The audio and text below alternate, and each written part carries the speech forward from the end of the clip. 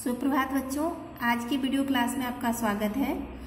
ये वीडियो है क्लास 2 के लिए और क्लास 2 का विषय हिंदी और चैप्टर 3, जिसमें आपने चैप्टर 3 में नन्ही चींटी और हाथी की कहानी आप समझ चुके हैं यानी पढ़ चुके हैं। तो इस पाठ से कुछ प्रश्नोत्तर पूछे गए हैं जो इस प्रकार है। तो इसमें है सबसे पहले क में निम्नलिखित प्रश्नों के मौखिक उत्तर दीजिए।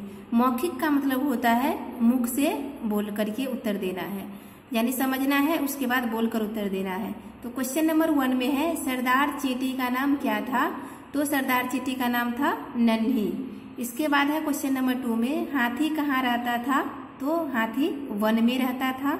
इसके बाद है क्वेश्चन नंबर 3 कि वन के जानवर किससे परेशान रहते थे? तो वन के जानवर हाथी से परेशान रहते थे। क्वेश्चन नंबर 4 में है कि नन्ही चींटी कहाँ छिप गई थी?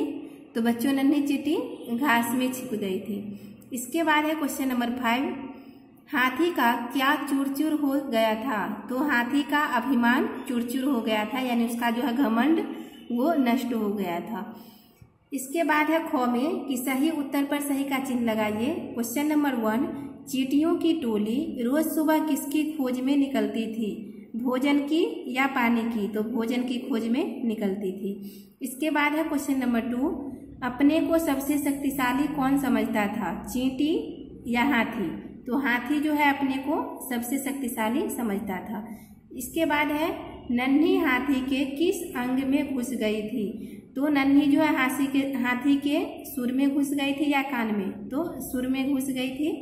इसके बाद है ग में केवल हाँ या नहीं में उत्तर दीजिए। क्वेश्चन नंबर 1 क्या सुंदर वन में चींटियों की एक टोली रहती थी? तो हाँ। इसके बाद है ख में ये 2 में क्या बंदर बहुत शरारती और अभिमानी था? तो नहीं, क्योंकि हाथी जो है बहुत शरारती और अभिमानी था, इसलिए इसमें होगा नहीं। क्वेश्चन नंबर 3 है क्या नन्ही चुपचाप अपने बिल में जा छिपी थी? यानी नन्ही जो थी वह चुपचाप अपने बिल में जाकर छिप गई थी? तो इसका होगा नहीं, क्योंकि वह जो है घास में जाकर छिपी थी। इसके बाद है 4 में कि क्या हाथी का अभिमान चूर चूर हो गया था? तो इसका उत्तर होगा हाँ। इसके बाद है 5 में यानी 5 में कि क्या किसी को शक्तिशाली और शरारती नहीं समझना चाहिए? तो इसका होगा नहीं। इसके बाद है आओ बुझे पहेली। क्वेश्चन नंबर 1 घ में कि धरती पर रहने वाला सबसे बड़ा प्राणी? तो बच्चों धरती पर रहने वाला सबसे बड़ा प्राणी कौन है? हाथी है। इसके बाद है संसार का सबसे बड़ा प्राणी? तो संसार का सबसे बड़ा प्राणी है व्हेल। इसके बाद है लिखित प्रश्नोत्तर, जिसमें है कि निम्नलिखित प्रश्नों के उत्तर दीजिए। क्वेश्चन नंबर 1 में कि चींटियों की टोली कहाँ रहती थी? तो चींटियों की टोली सुंदरवन में रहती थी। प्रश्न संख्या 2 में है कि नन्ही चींटी कौन थी? तो नन्ही चींटी चींटियों की सरदार थी, यानी उसकी मुखिया थी। इसके बाद है 3 में हाथी का स्वभाव कैसा था? तो हाथी बहुत शरारती और अभिमानी था। इसके बाद है 4 में हाथी जानवरों और पक्षियों को कैसे परेशान करता था? तो हाथी जो है जानवरों के ऊपर में गंदा यानी कीचड़ वाला पानी डाल देता था और पक्षियों के घोंसले जो है उजाड़ देता था। तो इस तरह वह जो है पक्षियों को और अन्य जानवरों को परेशान करता था। क्वेश्चन नंबर 5 में है कि नन्ही ने हाथी को किस प्रकार सबक सिखाया? तो नन्ही ने हाथी को जो है उसके सुर में घुसकर सबक सिखाया। इसके बाद है 4 में शब्द बोध एवं व्याकरण। तो इसमें है कि निम्नलिखित शब्दों को पढ़िए और लिखिए। तो बच्चों इसको जो है लगा करके इसको पढ़ना है और इसको समझना है यानी लिखना है। इसके बाद है पढ़िए समझिए और कीजिए।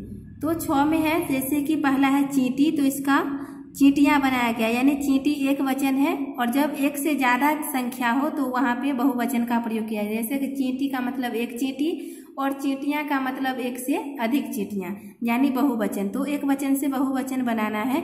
तो इसी प्रकार टोली का बहुवचन टोलियां, कली का कलियां, बकरी का बकरियां, मुर्गी का मुर्गियां और नदी का नदियां। तो ये सभी जो है एक वचन से बहुवचन बनाए गए शब्द हैं।